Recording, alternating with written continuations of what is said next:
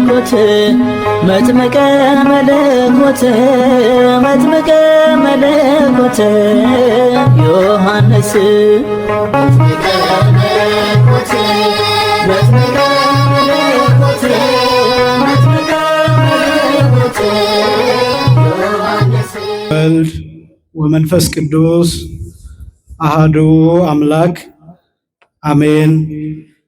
ክቡራን የአምስቱም አድባራት አስተዳዳሪዎች እንዲሁም የአስተዳደሩ ጽሕፈት ቤቱ የየክፍሉ ልዩ ልዩ ሰራተኞች፣ ክቡራን የአምስቱም አድባራት አገልጋዮች፣ ሊቃውንተ ቤተክርስቲያን፣ ያሬዳውያን፣ ክቡራን አባቶች መነኮሳትና ቀሳውስት፣ ክቡራን ወንድሞች ዲያቆናት፣ ክቡራን የሰንበት ትምህርት ቤት ተማሪዎች፣ ክቡራን የእግዚአብሔር ልጆች፣ አባቶች፣ እናቶች፣ ወንድሞችና እህቶች እንዲሁም ሕፃናት በዚህ የተሰበሰባችሁ ይሄ ድምፅ የሚሰማችሁ ሁላችሁም በኃያሉ በልዑል እግዚአብሔር ስም እንደምን አደራችሁ?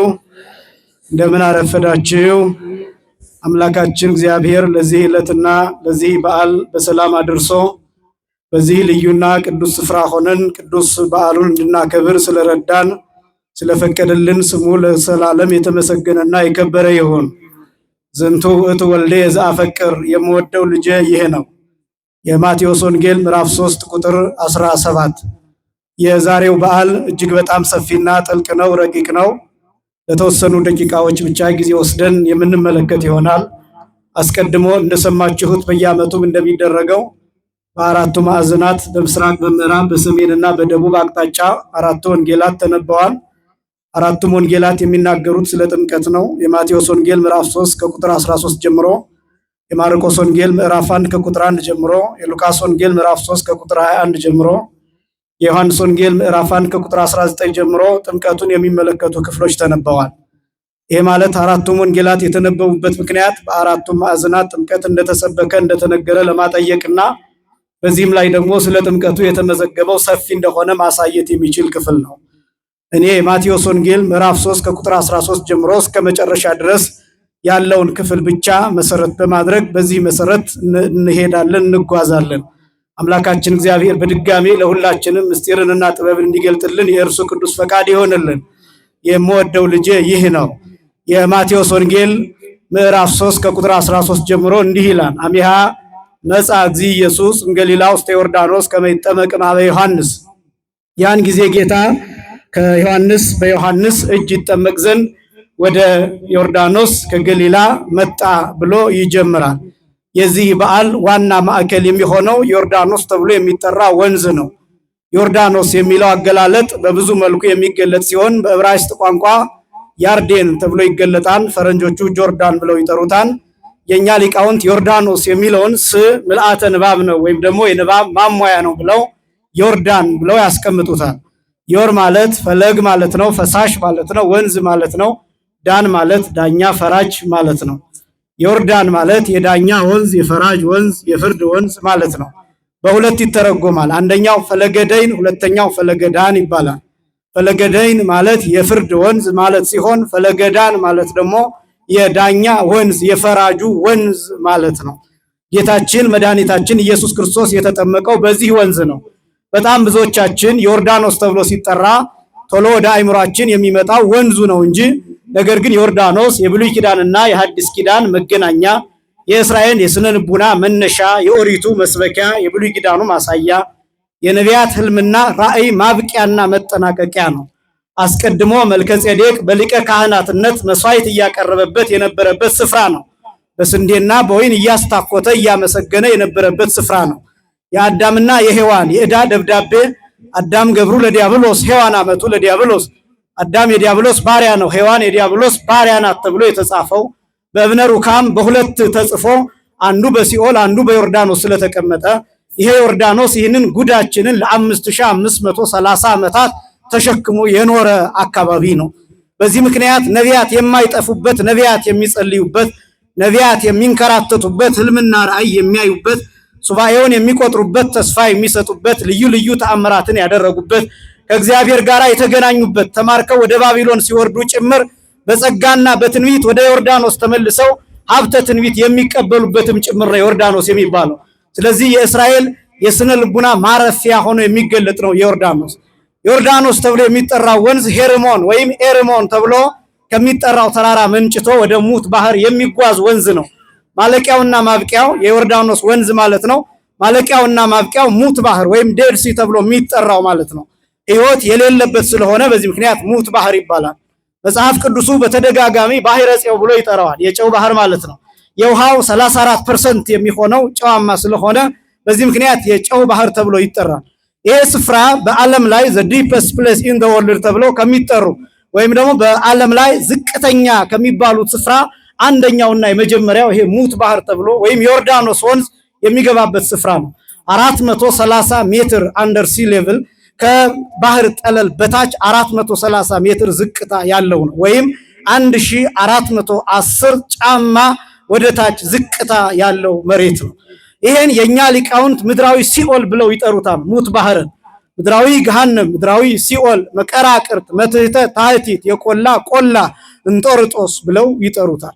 አሁን ይህንን መናገር ለምን አስፈለገ ቢባል ዮርዳኖስ የኛን የዕዳ ደብዳቤ ይዞ ተሸክሞ ወደዚህ ሙት ባህር እንዲያስገባውና ሙት ባህር ውስጥ ደብዳቤያችን ዕዳችን ከወደቀ በኋላ የሚያወጣው የሚያነሳው ማንም እንዳይኖር ፍለጋው እንዳይገኝ ተደርጎ ነበር የዕዳ ደብዳቤያችን በዮርዳኖስ የተቀበረው። በዮርዳኖስ የቀበረበት ምክንያት ዲያብሎስ የዮርዳኖስ ወንዝ እየፈሰሰ የሚያርፈው ሙት ባህር ነው። ሙት ባህር ሰው አይገባበትም፣ ህይወትም አይገኝበትም። ሰው ለመዋኘት ቢሞክር መስጠም አይችልም። ሙት ባህር ላይ በነገራችን ላይ ይንሳፈፋል፣ መስጠም አይችልም። ግራቪቲ እዚያ አይሰራም።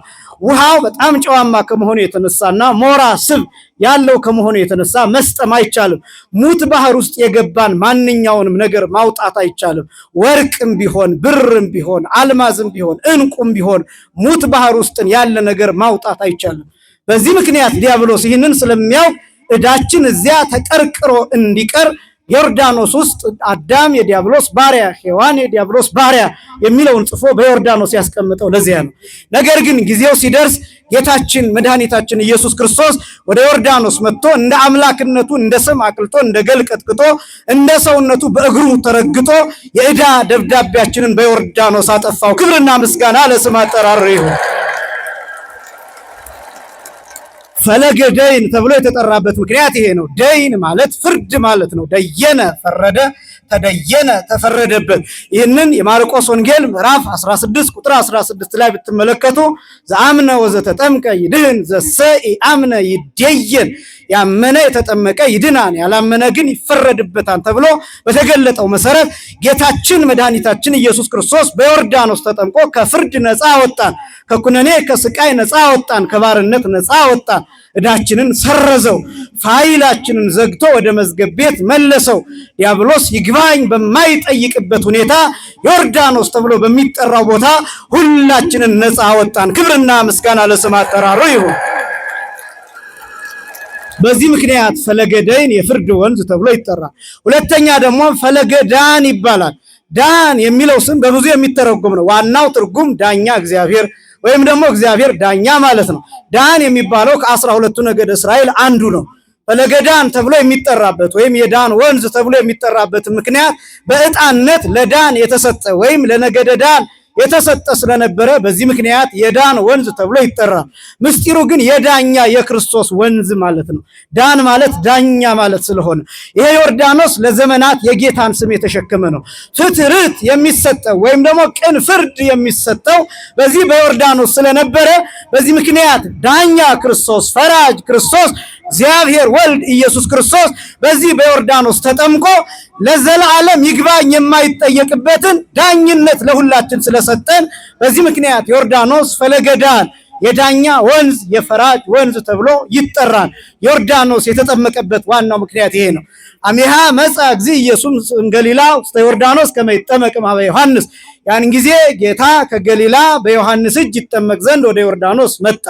ያን ጊዜ የሚለው ቃል ምንን የሚያሳይ ነው ቢባል 5530 ዘመን ሲፈጸም ለዮሐንስ 30 ዓመት ከ6 ወር ሲሆነው ያን ጊዜ ለጌታ 30 ዓመት ሲሞላው ያን ጊዜ ነፍሳት ነፃ የሚወጡበት ዘመን ሲደርስ ያን ጊዜ፣ የዕዳ ደብዳቤያችን የሚረገጥበት ዘመን ሲደርስ ያን ጊዜ፣ የምንሻገርበት ዘመን ሲደርስ ያን ጊዜ፣ አዲስ ኪዳን የሚገለጥበት ዘመን ሲደርስ ያን ጊዜ፣ ምስጢረ ሥላሴ አንድነትና ሶስትነት የሚገለጥበት ዘመን ሲደርስ ያን ጊዜ፣ ሰማይ የሚከፈትበት ዓለም አንድ የሚሆንበት ዘመን ሲደርስ ያን ጊዜ፣ ውሃ የሚባረክበት ዘመን ሲደርስ ያን ጊዜ ጌታ በዮሐንስ እጅ ሊጠመቅ ከገሊላ ወደ ዮርዳኖስ መጣ የሚለው ቃል ትህትናውን ያሳያል፣ ፍቅሩን ያሳያል።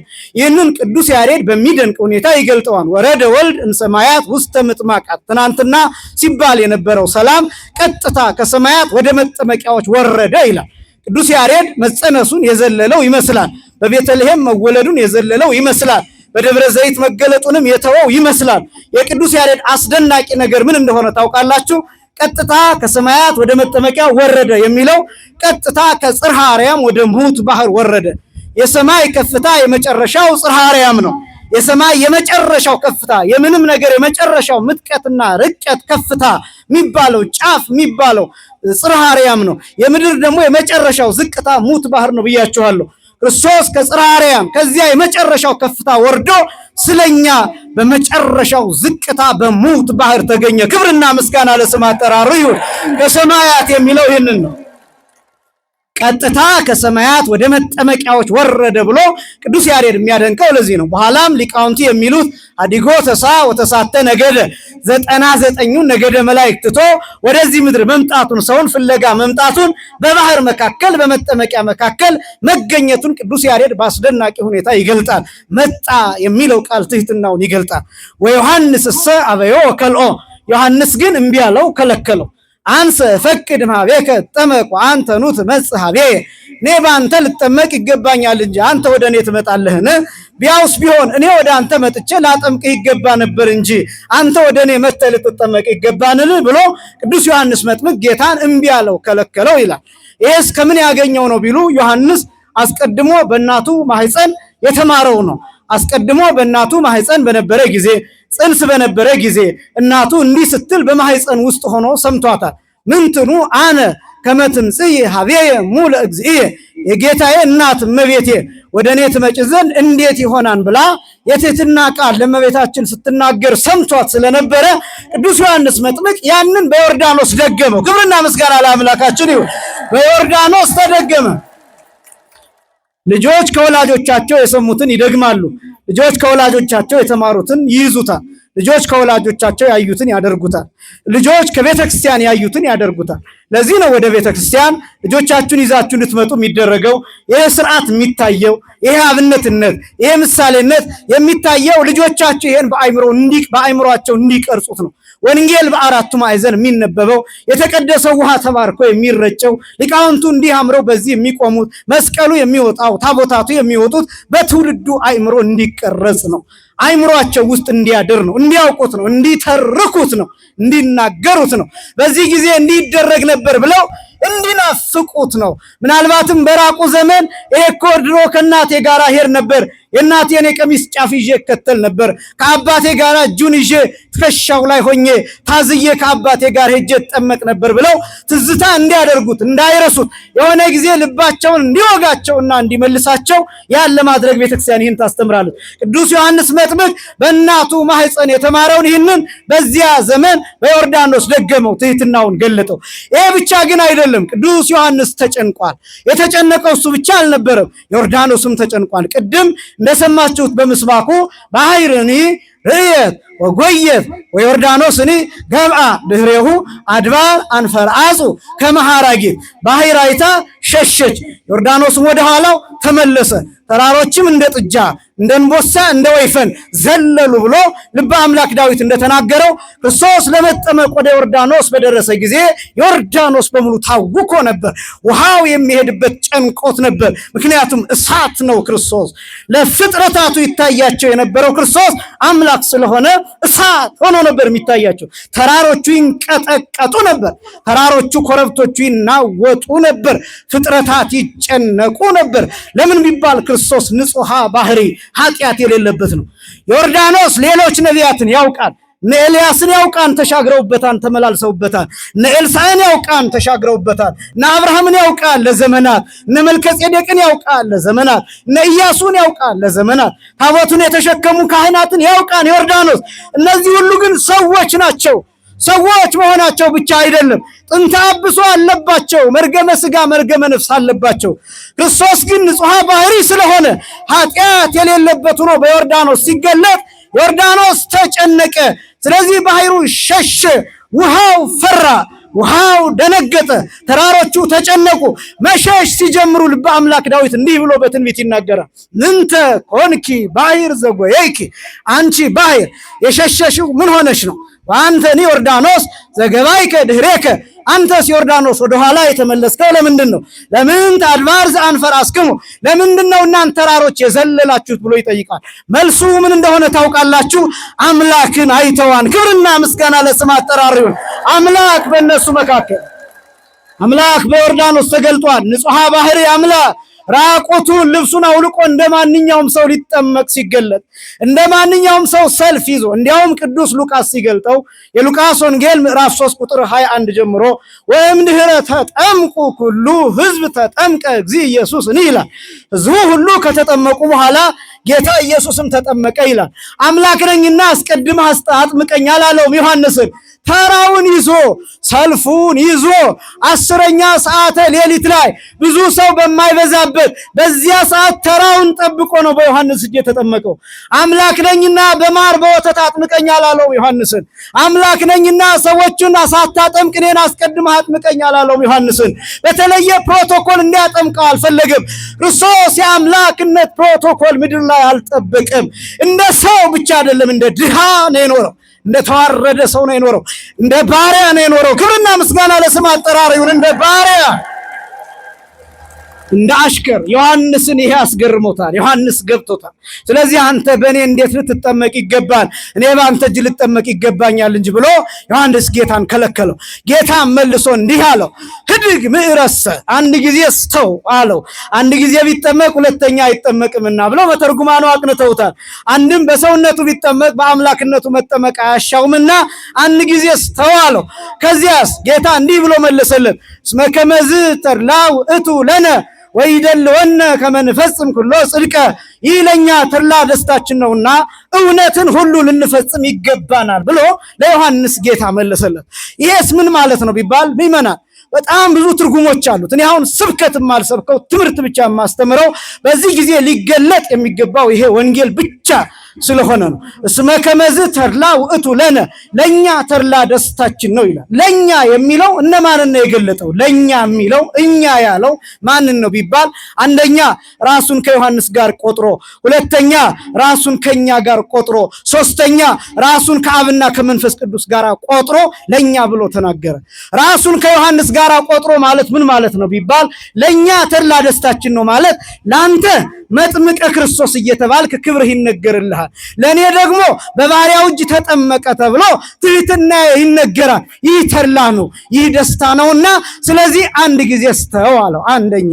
ሁለተኛ ራሱን ከኛ ጋር ቆጥሮ፣ ራሱን ከኛ ጋር ቆጥሮ ማለትን ማለት ነው ቢባል ለኛ ተድላ ደስታችን ነው ማለት እኔ እንደተጠመቅኩኝ ምእመናን ቢጠመቁ ተድላ ይሆንላቸዋል፣ የልጅነት ደስታ ይሆንላቸዋል፣ የክርስትናን ጸጋ ያገኛሉና ይህ ለኛ ተድላ ደስታችን ነው ብሎ ራሱን ከኛ ከምእመናን ጋር ቆጥሮ ተናገረ። ሶስተኛ ራሱን ከአብና ከመንፈስ ቅዱስ ጋር ቆጥሮ ተናገረ። ለኛ ብሎ ለኛ ተድላ ደስታችን ነው ማለት ነው ቢባል የሚጠመቀው ሊያድነን ነው። የሚጠመቀው የዕዳ ደብዳቤያችንን ሊፍቀው ነው፣ ሊያስወግደው ነው። ይህ ደግሞ የእግዚአብሔር ደስታ ነው፣ የአብ ደስታ ነው፣ የወልድ ደስታ ነው፣ የመንፈስ ቅዱስ ደስታ ነው። ክብርና ምስጋና ለስም አጠራሩ ይሁን። በእኛ መዳን የእግዚአብሔር ደስታ ነው። የእግዚአብሔር ደስታ ሌላ አይደለም። እንዲህ ስንታይ ነው የእግዚአብሔር ደስታ፣ እዚህ ስንመጣ ነው የእግዚአብሔር ደስታ፣ ንስሐ ስንገባ ነው የእግዚአብሔር ደስታ፣ ስንቆርብ ነው የእግዚአብሔር ደስታ፣ የእግዚአብሔር ልጆች ስንባል ነው የእግዚአብሔር ደስታ፣ በጎች ስንሆን ነው የእግዚአብሔር ደስታ። እግዚአብሔር ሌላ ደስታ የለውም። እግዚአብሔርን ወርቅ ደስ ያሰኘው፣ ብር ያስደስተው፣ የፎቅ መደርደር፣ የመኪና ብዛት፣ የቆርቆሮ ብዛት፣ ብልጭልጭ ነገር፣ ነጭ ነገር፣ እነዚህ ነገሮች እግዚአብሔርን ደስ አያሰኙትም። የኛ ልብ ነጭነት፣ የኛ ልብ ንጽህና፣ የኛ ልብ የኛ ማንነት እግዚአብሔርን ደስ ያሰኘዋል። ይሄ ደግሞ የሚገኘው በጥምቀት ብቻ ስለሆነ ይህ ለኛ ተላ ደስታችን ነው ብሎ ተናገረ። ወይደለወነ ከመ ንፈጽም ኩሎ ጽድቀ፣ እውነትን ሁሉ ልንፈጽም ይገባናል ብሎ ተናገረ። ይሄ ደግሞ በጣም አስደናቂ ነው። በነገራችን ላይ ይሄ ንግግር በመጽሐፍ ቅዱስ የጌታችን የመድኃኒታችን የኢየሱስ ክርስቶስ ሁለተኛ ንግግር ሆኖ የተመዘገበ ነው። ሁለተኛ ንግግር ማለት የጌታ የመጀመሪያው ንግግር በሉቃስ ወንጌል ምዕራፍ 2 ቁጥር 49 ላይ የሚገኝ ነው። ሁለተኛው ንግግር የማቴዎስ ወንጌል ምዕራፍ 3 ቁጥር 14 ጀምሮ የተመዘገበ ይሄ አሁን የምናገረው ቃል እውነትን ሁሉ ልንፈጽም ይገባናል ማለት ምን ማለት ነው ቢባል በሶስት ይከፈላል። አንደኛ የልጅነት እውነት፣ ሁለተኛ የሰውነት እውነት፣ ሶስተኛ የሥላሴ እውነት። እነዚህ ሶስት እውነቶች ናቸው ልንፈጽም ይገባናል ያለው። የልጅነት እውነት ምንድነው ቢባል እኛ 5500 ዘመን የዲያብሎስ ባሪያዎች ነበርን። እውነቱ ግን ምንድነው? እኛ የእግዚአብሔር ልጆች ነን። መቼ? አዳምና ሔዋን ከተፈጠሩ በኋላ በ40 ቀንና በ80 ቀን በልጅነት አክብሮ ወደ ገነት አስገብቷቸው ነበር። ያን ዲያብሎስ አሳጣቸው። ከዚያስ ባሪያዎች ብሎ መዘገበ። እውነቱ ግን ምንድነው? አዳምና ሔዋን የእግዚአብሔር ልጆች ናቸው። ያ እውነት የተገለጠ ዮርዳኖስ ላይ ክርስቶስ ደብዳቤውን ተረግጦ ሲያጠፋው ተገለጠ። ክብርና ምስጋና ለአምላካችን ይሁን።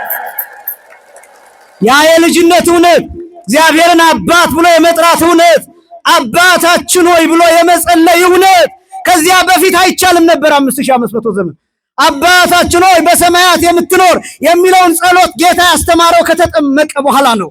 ለሐዋርያት ያስተማራቸው። በአዲስ ኪዳን ይሄን መጸለይ የሚቻለው፣ በብሉይ ኪዳን እግዚአብሔርን አባት ብሎ መጥራት አይቻልም ነበር። ለምን? እግዚአብሔር አባታቸው አይደለም ለነ ሙሴ። ለምን? ባሪያዎች ናቸው። የነ ሙሴ ስም በዲያብሎስ መዝገብ ነበር።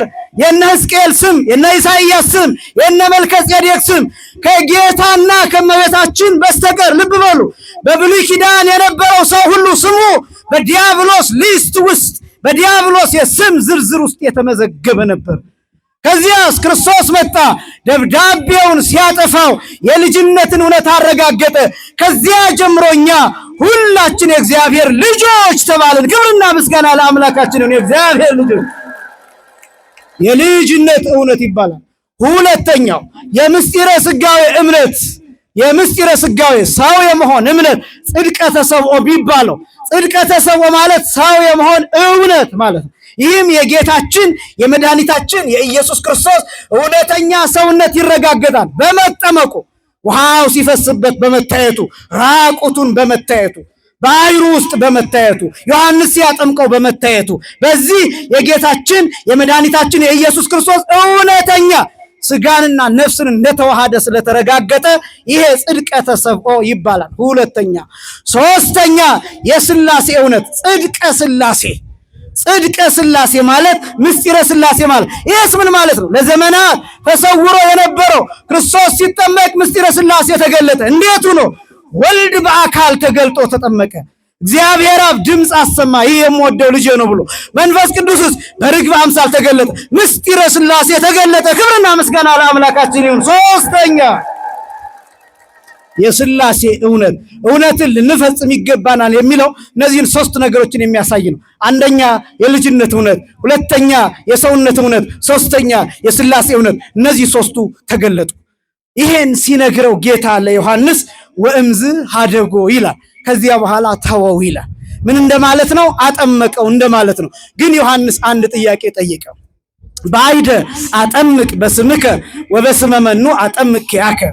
ሌላውን ሳጠምቅ በስምህ አጠምቃለሁ፣ በእግዚአብሔር ስም ብዬ አጠምቃለሁ፣ በአብ ስም፣ በወልድ ስም፣ በመንፈስ ቅዱስ ስም ብዬ አጠምቃለሁ። አንተን ግን ሳጠምቅ በማን ስም ላጥምቅህ አለው ይላል ቅዱስ ያሬድ በድጓው ሲናገር። አንተን ሳጠምቅ ስመ አብ ብከ ወስመ ወልድ ለሊከ ወስመ መንፈስ ቅዱስ ህልው ውስቴትከ። የአብ ስም በአንተ ይገለጣል፣ ወልድም አንተ ራስህ ነህ፣ መንፈስ ቅዱስም በአንተ ይገለጣል። ሌሎቹን ሳጠምቅ በሶስቱ ስም አጠምቃለሁ፣ አንተን ግን ማን ብዬ ምን ብዬ በማን ስም ላጥምቅህ ብሎ ጠየቀው ይላል። ከዛስ ጌታችን መለሰለት ለዮሐንስ እንዲህ ብለህ አጥምቀኝ አለው። ወልዱ ለቡሩክ ከሳቴ ብርሃን ተሳሃለኒ ተሳሃለነ አንተ ካህኑ ለዓለም በከመ ሲመቱ ለመልከጼዴቅ። የባህሪ ልጁ ብርሃንን የገለጠ የአብ የባህሪ ልጁ ሆይ ይቅር በለኝ እያልክ አጥምቀኝ አለው። ይሄ ብቻም አይደለም። አንተ ካህኑ ለዓለም በከመ ሲመቱ ለመልከጼዴቅ፣ መልከጼዴቅ በዚህ ቦታ መስዋዕት እያቀረበ ኖረዋል። ከዚህ በኋላ ግን የመልከጼዴቅ መስዋዕት ተሽሯል። የመልከጼዴቅ ክህነት አብቅቷል። ከዚህ በኋላ ሊቀ ካህናት አንተ ነህ እያልክ አጥምቀኝ አለው። ክብርና ምስጋና ለስም አጠራር ይሁን። ሊቀ ካህናት አንተ ነህ። ልብ በሉ፣ ልብ በሉ። ጌታችን መድኃኒታችን ኢየሱስ ክርስቶስ የተጠመቀው በ30 ዓመቱ ነው። በ30 ዓመቱ የተጠመቀበት ምክንያት በብሉይ ኪዳን ሊቀ ካህናትነት የሚሾሙት በ30 ዓመታቸው ነው። ከ30 ዓመት በታች መሾም አይቻልም። ከ30 ዓመትም በላይ ማለፍ አይቻልም። በብሉይ ኪዳን ሊቃነ ካህናት የሚሾሙት እድሜያቸው 30 ዓመት ሲሆን ብቻ ነው። ክርስቶስ ሊቀ ካህናት ነው። ነገር ግን የብሉይ ኪዳኑ ስርዓት እንደፈጸመ እንዳልተላለፈ ለማጠየቅ ክርስቶስ ልክ በ30 ዓመቱ ቅዱስ ዮሐንስ መጥምቅ እጆቹን አነባብሮ አንተ ካህኑ ለዓለም በከመ ሲመቱ ለመልከጼዴቅ ብሎ ጠራው። ልብ በሉ፣ እየሾመው አይደለም፣ እየገለጠው ነው። እየሾመው አይደለም፣ እየመሰከረው ነው። ዮሐንስ ጌታን መሾም አይችልም። ይቅር በለኝ እያለ ያጠመቀው ነቦ ራሱ ቅዱስ ዮሐንስ መጥምቅ የመርገመ ሥጋ መርገመ ነፍስ ስለነበረበት ጥንተ አብሶ ስለነበረበት እኔም አብሬ እድናለሁና ማረኝ ይቅር በለኝ እያለ ጌታን አጥምቆታል። እምድኅረ አጥመቀ ለሊሁ ተጠምቀ ይላል ቅዱስ ያሬድ። ጌታን ካጠመቀው በኋላ ጌታ በተጠመቀበት ቅዱስ ዮሐንስ መጥምቅ ተጠምቋል። ክብርና ምስጋና ለአምላካችን ይሁን። ወተጠሚቆ እግዚእ ኢየሱስ ወቢሃ ወፃ እማይ። ከዛ በኋላ ጌታችን መድኃኒታችን ኢየሱስ ክርስቶስ ተጠምቆ ከዮሐንስ ሄደ፣ ከውሃው ወጣ፣ ከዮሐንስ ልፍ አለ። ያን ጊዜ ሰማይ ተከፈተ። ያን ጊዜ መንፈስ ቅዱስ በአምሳለ ርግብ ወረደ። ያን ጊዜ ደመና ተጋረደ። ያን ጊዜ ድምፅ ወጣ። የተከበራችሁ የእግዚአብሔር ልጆች የጥምቀትን ስዕል ስትመለከቱ ቅዱስ ዮሐንስ መጥምቅ እጆቹን ጌታ ላይ ረቦ የመንፈስ ቅዱስ ርግብ አምሳል መገለጡን ትመለከታላችሁ። ደመናውን ታያላችሁ። እነዚህ ነገሮች ስዕሉ እኛን እንዲያስተምረን ለማድረግ እንጂ መንፈስ ቅዱስ የወረደው ድምፅ የተሰማው ሰማዩ የተከፈተው ጌታ ከውሃው ከወጣ በኋላ ከዮሐንስ ከተለየ በኋላ ነው።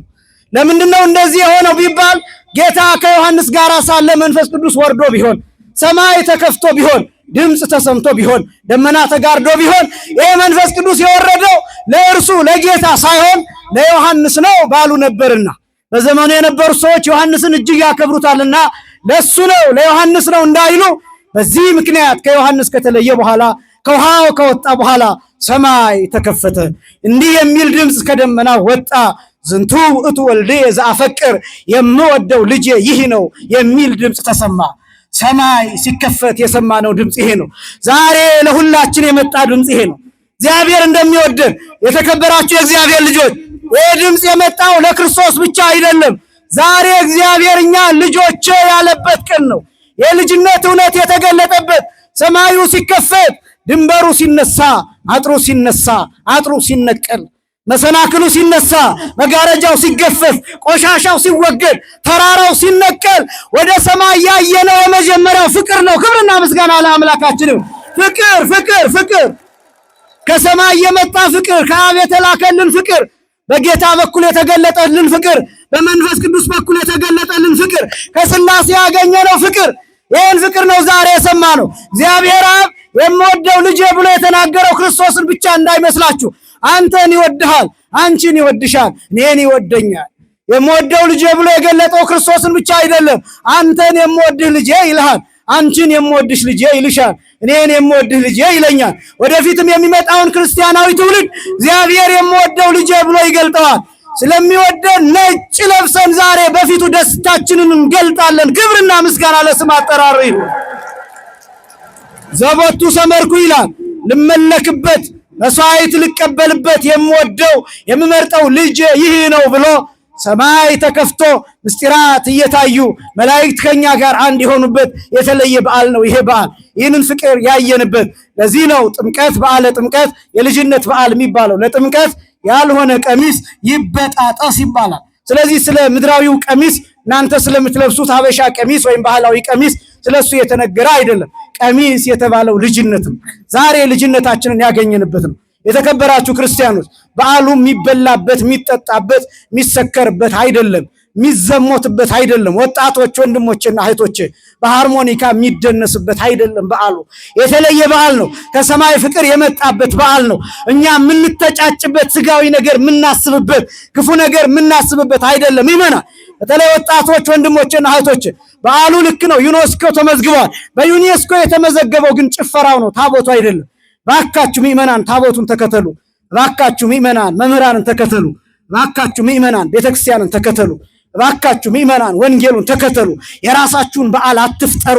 የየራሳችሁን ባህል አትፍጠሩ። የየራሳችሁን ጭፈራ አትፍጠሩ። ከሰንበት ተማሪዎቹ ጋር ዘምሩ። ከመሪ ጌቶቹ ከሊቃውንቱ ጋር ዘምሩ። ታቦቱን ተከትላችሁ ወደ ቤተክርስቲያን ሂዱ። ወደ ጭፈራ ቤት አትሄዱ። አትስከሩ። ቤተክርስቲያንን አታሰድቧት። እግዚአብሔርን አታሰድቡት። ወበእንቲአክሙ ይጸርፉ አሕዛብ ላዕለ ስመ እግዚአብሔር ይላል ቅዱስ ጳውሎስ። በእናንተ ምክንያት አሕዛብ የእግዚአብሔር ስም ላይ የስድብ ቃል ይናገራሉ ይላል። እባካችሁ የእግዚአብሔርን ጠብቁት። የወደደን አምላካችን እግዚአብሔር የተመሰገነ ይሁን። ለዓመቱ በሰላም ያድርሰን፣ ፍቅሩም ለሁላችንም ያድለን። ስብሐት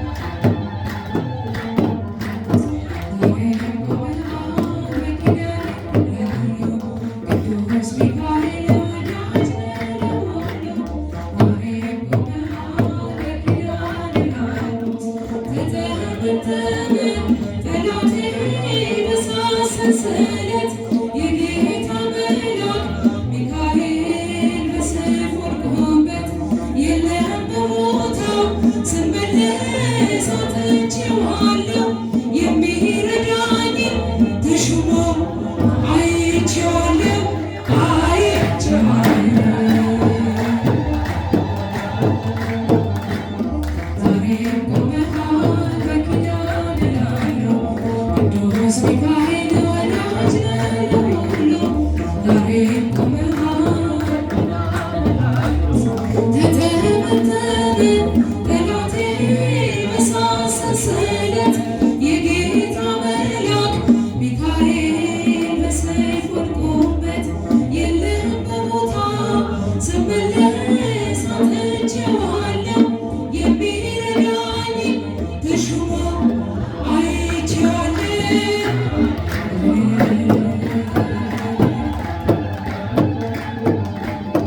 ዛሬም ቆመሃል በኪዳን እላለሁ ቅዱስ ሚካኤል ወዳጅ ነህ ለሁሉ ዛሬም ቆመሃል በኪዳን እላለሁ ከመቃብሩ ድንጋዩን አንከባልለሃል ስለረዳኸው ዳንኤል እጅግ ወዶሃል ይነዋወጣል ባህሩ አንተ ስትመጣ እግዚአብሔር ይንገስ ዲያብሎስ መድረሻ ይጣ መድረሻ ይጣ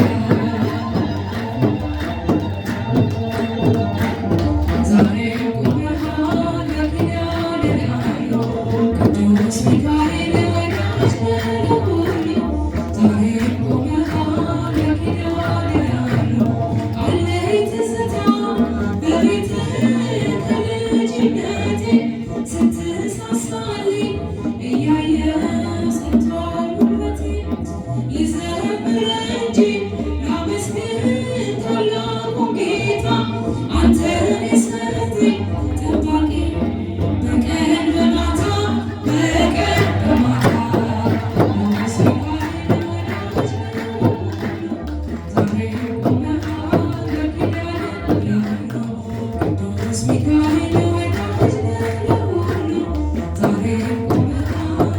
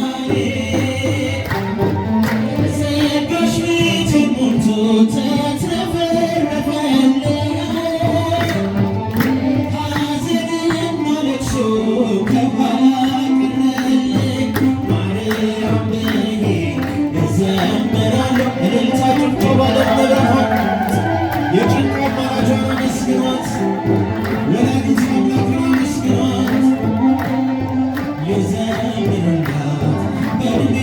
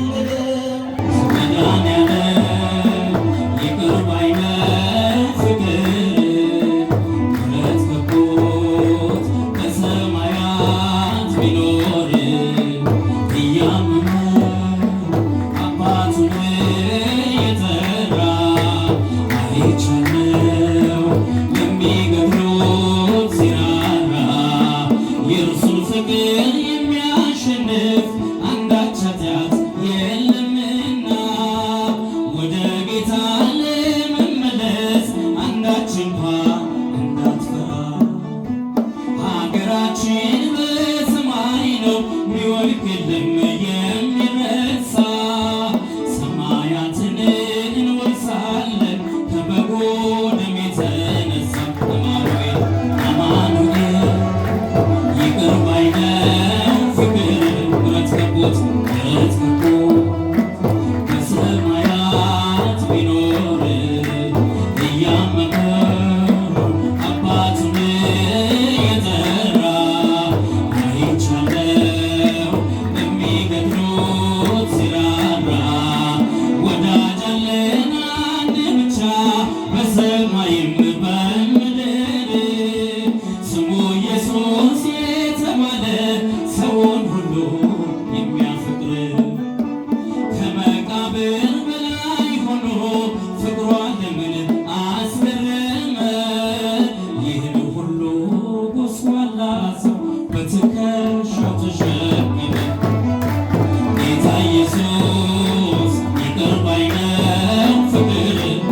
ጠቦት በሰማያት ቢኖር እያመመው አባቱን እየጠራ አይቻለው የሚገድሉት ሲራራ ድልድዮሽን ተሻግረናል እኛ አንወሰድም አንሞትም ዳግመኛ እናት አለችን በላይ በሰማይ አማላጃችን እሙላ አዶናይ እመቤቴ ሆይ ሀብቴ ነሽና ሳመሰግንሽ ዲያብሎስ ቢቀና ገና አለኝ ገና ሌላ ምስጋና ገና አለኝ ላንቺ አዲስ ምስጋና እመቤቴ ሆይ ሀብቴ ነሽና ሳመሰግንሽ ዲያብሎስ ቢቀና ገና አለኝ ገና ሌላ ምስጋና ገና አለኝ ላንቺ አዲስ ምስጋና ጊዮን ከቦታን የረስሽን አገር ጣፋጭ ታምርሽ ይኖራል ሲዘከር ዋሻው ያበራል ምድር ሳር ቅጠሉ መነኮሳቱ ምንን ይሲሉ እመቤቴ ሆይ ሀብቴ ነሽና ሳመሰግንሽ ዲያብሎስ ቢቀና ገና አለኝ ገና ሌላ ምስጋና ገና አለኝ ላንቺ እመቤቴ ሆይ ሀብቴ ነሽና ሳመሰግንሽ ዲያብሎስ ቢቀና ገና አለኝ ገና ሌላ ምስጋና ገና አለኝ ላንቺ አዲስ ምስጋና ተፍገመግም ራደ ጠላታችን የልጅሽ ሞገስ ሰፎ በላያችን ሞገዱ የሚጮህ ዲያብሎስ የሚያወራ ከእሳት አንወድቅም ሳለን ካንቺ ጋራ እመቤቴ ሆይ ሀብቴ ነሽና ሳመሰግንሽ ዲያብሎስ ቢቀና ገና ሌላ ምስጋና ገና አለኝ ላንቺ አዲስ ምስጋና እመቤቴ ሆይ ሀብቴ ነሽና ሳመሰግንሽ ዲያብሎስ ቢቀና ገና አለኝ ገና ሌላ ምስጋና ገና አለኝ ላንቺ አዲስ ምስጋና ቤትሽ አድገናል ባማረው እልፍኝሽ የንጉሡ እናት እመብዙኃን ነሽ የራማው መልአክ ክንፎቹን ዘርግቷል ወደ ገሊላ ምስጋና ተሰምቷል እመቤቴ ሆይ ሀብቴ ነሽና ሳመሰግንሽ እጃችሁ ከፍ አድርጋችሁ ለእመቤታችን ገና አለኝ ገና ሌላ ምስጋና ገና አለኝ ላንቺ አዲስ ምስጋና እመቤቴ ሆይ ሀብቴ ነሽና ሳመሰግንሽ ዲያብሎስ ቢቀና ሌላ ምስጋና ገና አለኝ ላንቺ አዲስ